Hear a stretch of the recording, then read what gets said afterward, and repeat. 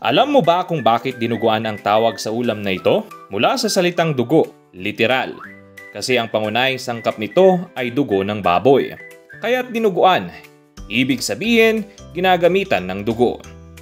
Ang ulam na ito ay may malalim na ugat sa kasaysayan ng Pilipinas. Sa mga lumang bayan, lalo na sa Luzon at Visayas, hindi sinasayang ang kahit anong bahagi ng alagang hayop. Kaya't ang dugo, ginawang masarap na putahe. Karaniwan itong niluluto gamit ang dugo ng baboy, bawang, sibuyas, luya, suka para hindi madaling mapanis, at kadalasang may laman loob o karne. May iba't ibang version din ito. May sabaw, may gata, o may siling labuyo para sa maanghang na twist.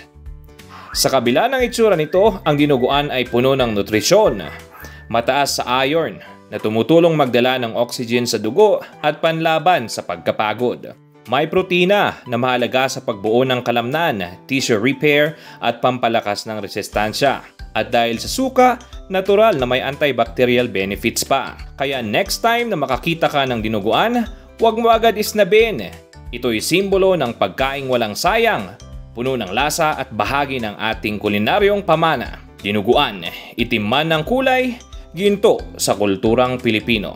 Kaya kung siya ay dinudugo, may dinuguan, kain lang ng kain.